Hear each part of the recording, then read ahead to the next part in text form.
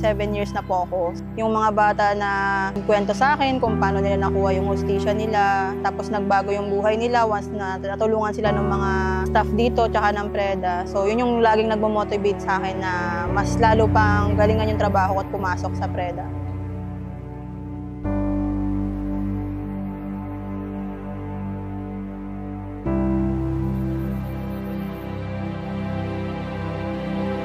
Na-encounter ko yung mga bata which is akala ko lang is mga neglected child lang ang i-handle pero may mga legal cases din pala yung mga bata.